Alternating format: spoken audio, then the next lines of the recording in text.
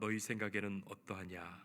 어떤 사람에게 두 아들이 있는데 맏아들에게 가서 이르되 오늘 포도원에 가서 일하라 하니 대답하여 이르되 아버지 가겠나이다 하더니 가지 아니하고 둘째 아들에게 가서 또 그와 같이 말하니 대답하여 이르되 실소이다 하였다가 그 후에 뉘우치고 갔으니 그 둘 중에 누가 아버지의 뜻대로 하였느냐?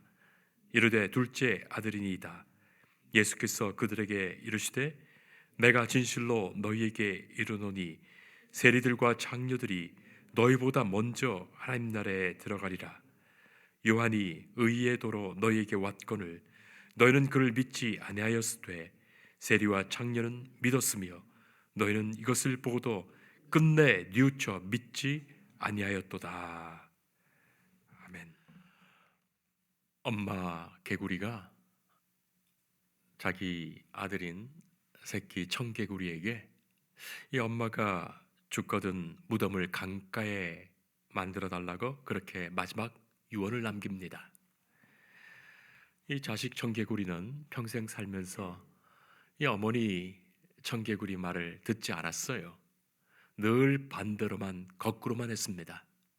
그래서 이 엄마 청개구리가 마지막 죽으면서 이렇게 강가에 묻어달라고 하면 이제 산에 묻을 것이라 생각했던 거예요. 동화 속의 이 청개구리는 이제 생애 처음이자 마지막으로 이 엄마의 말을 듣고 강가에 무덤을 만들었습니다. 그리고 비가 올 때마다 무덤이 떠내려갈까 봐 운다는 이야기죠. 사랑하는 성도 여러분, 왜 우리는 살면서 하나님의 기뻐하시는 뜻과는 달리 그 뜻에 불순종하며 사는 걸까요? 정말 하나님의 뜻을 몰라서 그럴까요? 아니면 하나님의 뜻을 알지만 그 뜻 지킬 마음이 없는 것입니까?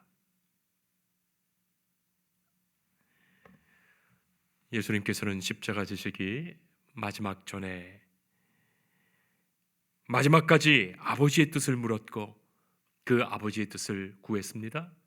그리고 그 뜻을 그대로 순종하셨어요. 성도 여러분, 여러분들은 하나님의 뜻을 진정으로 구하십니까? 그리고 그 뜻대로 살고 싶으십니까? 그리고 그 뜻을 행하여 살아가고 계십니까? 우리가 잘 아는 재미있는 이야기가 있죠. 한 신부님이 시골길을 여행하면서 그렇게 자동차를 타고 여행하십니다. 그런데 참 공교롭게도 마침 자기 오른편에는 뚱뚱하고 조금 못생긴 수녀님이 오른편에 계시고 또 왼편에는 조금 날씬하고 예쁜 수녀님이 계시는데 그 사이에 앉아 그렇게 가게 되었습니다. 오른쪽으로 차가 기울 때마다 사탄아 물러가라 하시고 또 왼쪽으로 차가 기울면 주여 뜻대로 하옵소서 그러셨다는 그런 이야기가 있습니다. 성도 여러분, 어쩌면 우리는 하나님의 뜻 말로도 많이 하고 귀로도 많이 듣지만 정작 우리는 하나님의 뜻에는 별로 관심도 없고 그 뜻을 기뻐하지도 않고 듣고 싶어 하지도 않는 것은 아닐까요? 언제나 내 뜻이 먼저 있어서 내 뜻대로 살려는 그 마음 때문에 하나님의 뜻이 있더라도 듣고 싶어 하지 않고 별로 들으려 하지 않는 것은 아닐까요? 오늘 성경 말씀은 다소 논쟁적인 말씀입니다. 논쟁적이 될 수밖에 없는 것은 예수님의 마음과 뜻이 분명하셨기 때문이에요. 하나님의 뜻을 따르고자 하셨기 때문입니다. 그래서 이 십자가의 길로 당당히 나가고 계신 거예요. 불확실한 마음으로는 부딪히지 않습니다. 이것도 좋고 저것도 좋은 사람은 별로 사람들과 부딪힐 일이 없지요. 그렇습니다. 다툴 것도 없고 주장하지도 않기 때문입니다. 그런 사람들을 대체적으로 마음 좋은 사람, 착한 사람, 괜찮은 사람이라고 말하지요. 재밌기로는 교회에서도 사실 그런 목사님을 좋아한다 하지요. 이 교인이 이렇게 하자면 이렇게 하고, 저 교인이 저렇게 하자면 저렇게 하고, 이 장로님이 이렇게 하자면 이렇게 하고, 저 장로님이 저렇게 하자면 저렇게 하고, 그게 죽을 길인지도 모르면서 다 사람 좋은 대로만 하는 거예요. 성도 여러분, 왜 우리는 주님의 뜻을 따르려고 주님의 교회에 나와 놓고서도 내 뜻이 살아있어서 내 뜻을 꺾지 못하며 주님 왜 이렇게 해주지 않으십니까? 이렇게 해주시옵소서, 그렇게 살아가는지 말입니다. 정말 강력한 시험 아니겠습니까? 어쩌면 마귀의 강력한 시험이 그것이에요. 내 뜻이 살아 주님의 뜻을 듣지 않는 것 말입니다. 예수님은 하나님의 뜻에 순종하셨습니다. 그 뜻을 따르고자 분명한 각오와 결심이 있었기에 다른 것과 타협할 수 없었습니다. 그것입니다. 오늘 말씀에는 예수님의 비유가 있습니다. 예수님은 비유를 참 즐겨 사용하시는데 명령이나 지시적인 말씀보다는 이렇게 이야기의 한 형식인 비유를 잘 사용하셨습니다. 이유가 무엇일까요? 진정한 깨달음과 마음의 고백되게 하기 위해서입니다. 율법은 명령과 지시로 되어 있지요. 그래서 그 대답은 예, 아니요 밖에 없어요. 명령과 지시에는 진정한 마음의 고백이 담기지 않습니다. 그러나 예수님께서는 복음을 설명하시면서 비유로 말씀하십니다. 깨닫게 하시고 그것이 내면화되어 감정적으로 정리가 되고 인격적 변화를 이끌어 주시기 위해서예요. 그래서 율법은 명령이지만 복음은 이야기로 되어 있습니다. 예수님은 비유 이야기를 들려주십니다. 한 아버지에게 두 아들이 있습니다. 두 아들에게 아버지는 포도원에 가서 일해라, 그렇게 말하셨죠. 첫째 아들 맏아들이 대답합니다. 네, 가겠습니다. 아버지가 얼마나 기쁘셨을까요? 아들이 그렇게 가겠다고 대답을 잘했으니 말이죠. 아버지도 대견하게 생각했을 것입니다. 다른 사람들도, 듣고 있는 다른 사람들도 참 그 아들을 대견하게 생각했을 것입니다. 훌륭하게 보았을 것입니다. 자, 그런데 그 아들은 대답만 해놓고 가지 않았습니다. 아버지의 마음이 아프지요? 그러나 다른 사람들의 눈에는 간다고 말하는 아들이니 어련히 알아서 잘 갔겠거니 했을 겁니다. 기특하게 생각하고 거룩하게 보았습니다. 아버지의 뜻을 이루는 아들이었다고 생각합니다. 그러나 아버지는 알고 있죠. 이 아들은 가지 않았습니다. 아버지의 뜻을 전혀 따르지 않았습니다. 자, 둘째 아들은 대답합니다. 싫습니다. 얼마나 간단합니까? 무례하기도 합니다. 요새 사회적 분위기가 그렇다지 않습니까? 젊은 사람들이 특별히 그런다는데 싫은 것은 싫다고 분명히 말해야 된다.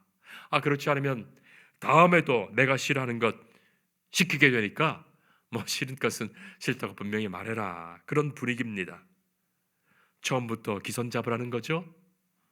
직장 내에서도 그렇고 또 그리고 신혼 초에 부부 사이에도 그렇고 고부간에도 그렇답니다.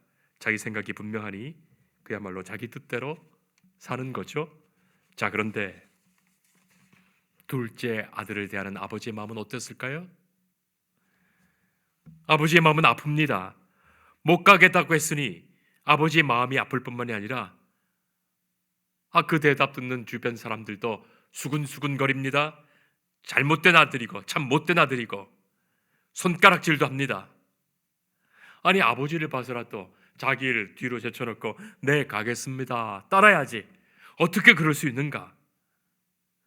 하기 싫어서 그랬는지 자기 일이 더 급해서 그랬는지 아버지 시키신 일에 싫다고 말해버렸습니다. 아버지의 마음은 참 섭섭합니다. 자, 그런데 이 둘째가 말은 그렇게 했는데 아버지의 말씀대로 포도원에 갔어요. 나중에 알고 보니까 이 둘째가 포도원에 가서 일했다는 거예요. 어쩌면 둘째는 생각했을 겁니다. 아버지의 마음을 생각해 보니 아버지가 섭섭해 하실 것도 같고, 또 다른 사람들을 생각해 보니까 다른 사람들의 그 시선이 부담스럽기도 하고, 또 내 자신을 생각해 보니까 마음이 영 편치 않고, 혹시 아버지가 더 화가 나서 분노라도 하신다면 어떻게 될까 걱정이라도 되고, 에이, 차라리 가자, 늦게라도 가서 억지로라도 이랬던 것 같습니다. 자, 그런데 예수님이 묻지요. 그 둘 중에서 누가 아버지의 뜻대로 했느냐? 여러분들은 어떻습니까? 그 둘 중에서 누가 아버지의 뜻대로 했느냐? 여러분들은 어떻게 생각하십니까? 예수님은 지금 예수님과 논쟁하던 대제사장과 백성들의 장로, 소위 종교 지도자들, 성전에서 일하는 이들의 대답을 듣습니다. 둘째 아들입니다. 여기에 예수님의 한마디가 던져집니다. 내가 진실로 너희에게 이르노니 세리들과 장녀들이 너희보다 먼저 하나님 나라에 들어가리라. 자, 예수님의 이 말씀은 매우도 직설적입니다. 아니, 예수님께서 비유까지만 들려주시고 비유만 던지시고 그 자리를 피하셨다면 참 괜찮았을 텐데, 이렇게 직언을 더하심으로, 질문과 직언을 더하심으로 예수님은 십자가에 못 박혀 죽일 만큼 미움과 증오를 샀던 거예요.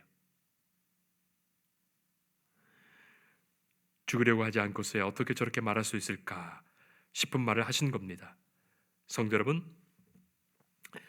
당시에 죄인 중에 죄인을 대명사처럼 세리와 장녀라고 불렀던 거예요. 그러니까 죄인과 동격인 말이 세리와 장녀예요. 대제사장과 장로들, 종교 지도자들을, 아니, 이 세리와 장녀들과 견주니 말이죠. 그리고 무례하게 보이는 질문을 던져놓고 대놓고서 세리와 장녀들이 하나님 나라를 가더라도 너희보다 먼저 간다 말씀하시니 말입니다. 그러나 성도 여러분, 흥분할 일은 아닙니다. 뜻이 있고 속이 있는 사람이라면 이 말 한마디에 흥분할 것은 아닙니다. 먼저 앞에 예수님께서 주신 이 비유의 말씀을 잘 생각해 보아야 됩니다. 예수님은 비유를 먼저 들려주셨습니다. 아무런 비유도 없이 포석을 깔아놓지도 않고서 갑자기 이렇게 직언하셨다라면 그들이 예수에게 돌격했더라도 할 말이 없었을 것입니다. 그러나 예수님은 충분히 비유로 말씀하셨고 이 직언의 의미를 깊이 새길 수 있도록 비유로 말씀하셨던 거예요. 자, 그러니 깨닫지 못하는 사람은 흥분하여 예수를 죽이려고 할 것이고, 깨닫는 자는, 하나님이 예비하신 심령의 사람들은 하나님의 분명한 음성을 들을 거예요.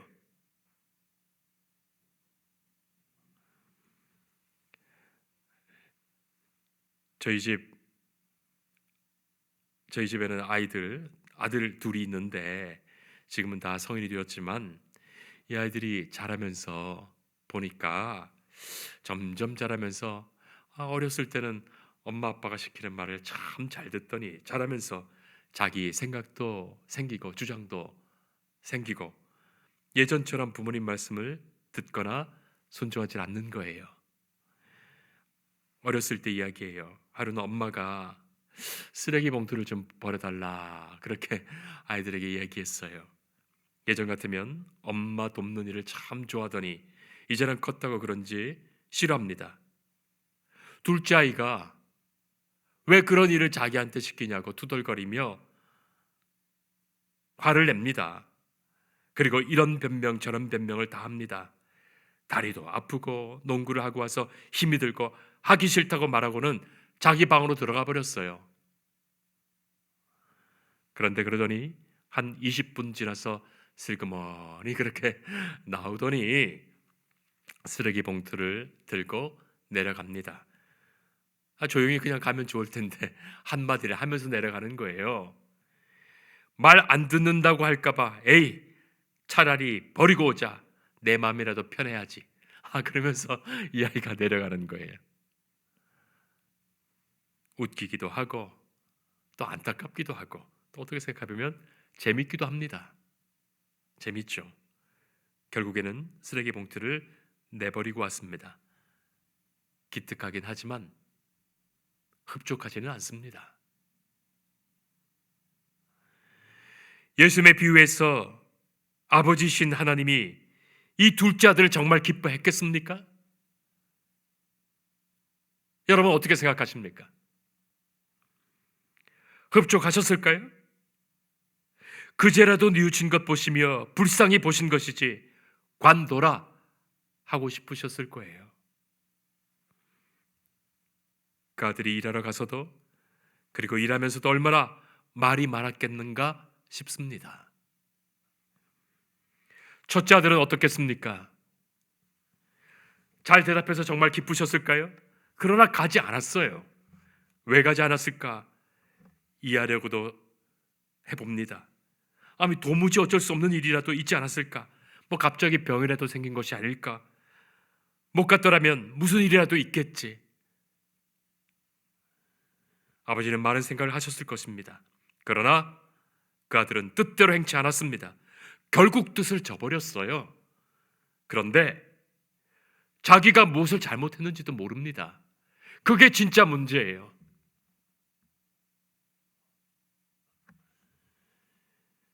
더구나 사람들이 효자라고 칭찬하니 말이죠. 보이는 사람들에게 칭찬을 받으니 말이죠. 보이지 않는 하나님의 아버지의 마음이야 전혀 느껴지지 않는 겁니다. 저는 분명히 말씀드립니다. 셋째 아들이 하나 더 있었으면 좋겠습니다.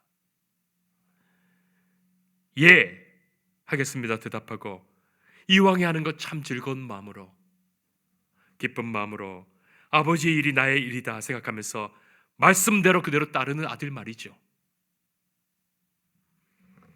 아마 그 아들의 아버지는 제일로 좋아하시고 기뻐하시고 나중에는 그 포도원도 그 아들에게 셋째 아들에게 물려주실 거예요. 그러나 애석하게 셋째 아들 이야기는 없습니다. 종교 지도자들이 보기에는 예수님의 곁에 이 둘째 아들과 같은 세리와 창녀가 있는 거예요. 세리인 마태도 있었고 예수님을 섬기며 따르는 창녀 마리아도 있습니다. 종교 지도자들이 예수님의 제자인 그들을 쳐다보았을 것입니다. 이 마태복음을 기록하고 있는 마태가 세리 출신이었기 때문에 다른 복음서에는 없는 오늘의 이 장면을 똑똑하게 기억하여 말씀 속에 그대로 넣어둔 거예요. 다른 복음서가 이 말씀을 놓쳤을지라도 마태는 분명히 기억하고 있습니다. 창녀와 세리는 꼭 창녀나 세리가 아니라 죄인을 대표하는 대명사예요. 누구라도 창녀와 세리는 자타가 죄인이라고 다 알고 있습니다.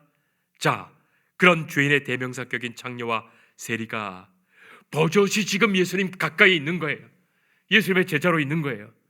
예수님을 섬기고 있는 거예요. 예수님을 영접한 자가 천국 복음을 소유했으며 그들에게 천국이 주어진 것입니다. 처음에는 하나님의 뜻을 생각지 못하다가 이제라도 하나님의 뜻 앞에 나온 거예요. 그 뜻을 따르고 순종하다 보니 하나님의 뜻이 얼마나 소중하고 복된 것인지도 알게 됩니다. 그들이 먼저 얻은 하나님의 나라입니다. 그들이 먼저 하나님께 주님 앞에 나와 회개하고 주님 앞에 복음 앞에 선자가 된 거예요. 회개하고 돌아온 이는 하나님 나라를 얻게 됩니다. 첫째라고 해서 기회가 없는 것이 아니에요. 뉘우치고 돌아와야 합니다. 그래서 세리와 창녀들이 먼저 들어갔다고 했지 그들만 들어갔다는 것이 결코 아닙니다. 예수님께서는 회개하라 천국이 가까웠느니라 말씀하셨어요. 하나님 나라의 복음을 선포하셨습니다. 누구라도 진정으로 회개하고 하나님의 그 뜻 앞에 나온다면, 그 뜻을 듣고 그 뜻을 순종하여 살아간다면 누구에게도 기회가 있는 거예요. 귀 있는 자가 들어야 되겠습니다. 아버지의 기뻐하심 앞으로 진심으로 뉘우치고 돌아가야 합니다. 바로 거기에 구원과 은혜가 있습니다.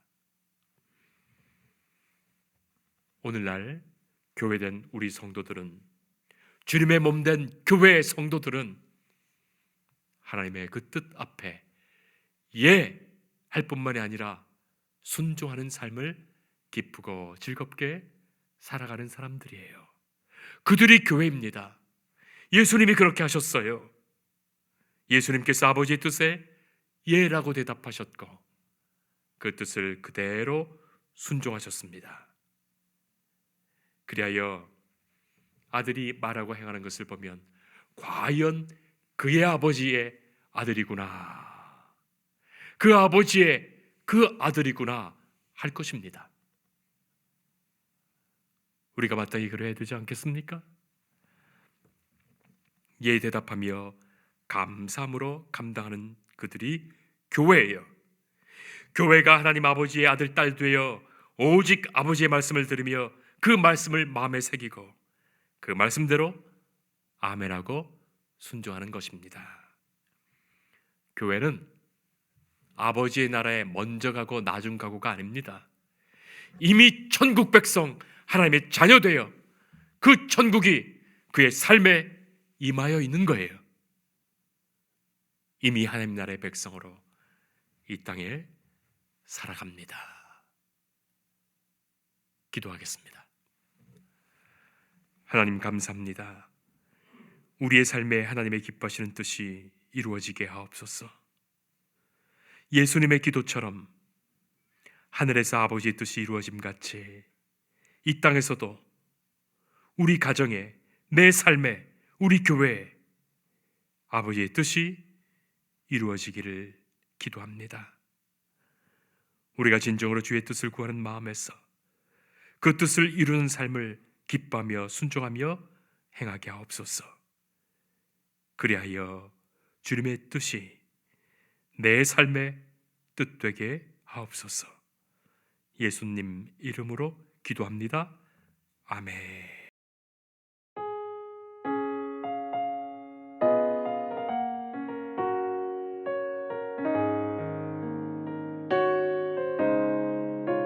주 예수 내가 알기 전 날 먼저 사랑했네.